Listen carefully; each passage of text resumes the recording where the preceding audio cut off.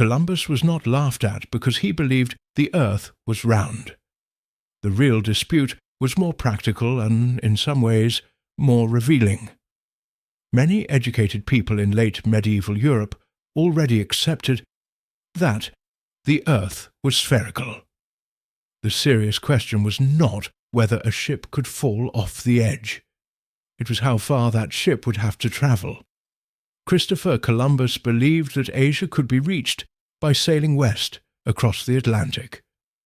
But he badly underestimated the distance, he thought. The ocean crossing would be manageable. Many scholars and navigators had reasons to think it was much larger than he claimed. On that point, his critics were closer to the truth. Columbus did not reach Asia. He reached lands in the Americas, though Europeans of his world did not yet understand the full geography involved. The success of his voyage depended not on proving the earth was round, but on encountering continents and islands that were not part of the route. He believed he had found. That is the stranger correction. The famous explorer was not right in the simple way the myth suggests, and his opponents were not wrong in the cartoonish way. The myth requires. History rarely gives us such clean characters.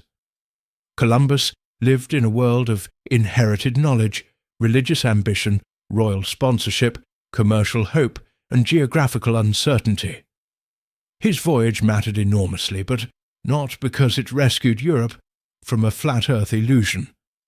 It mattered because it connected worlds in ways that brought enormous change, including consequences that were profound and often devastating for indigenous peoples.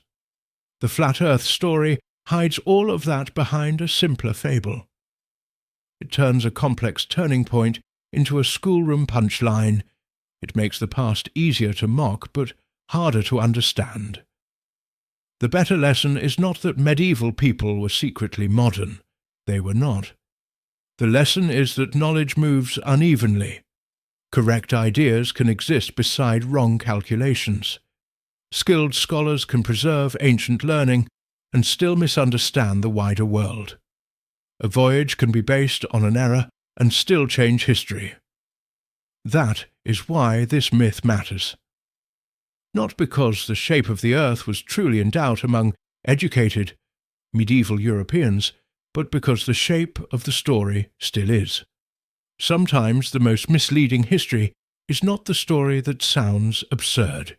It is the story that sounds perfectly useful.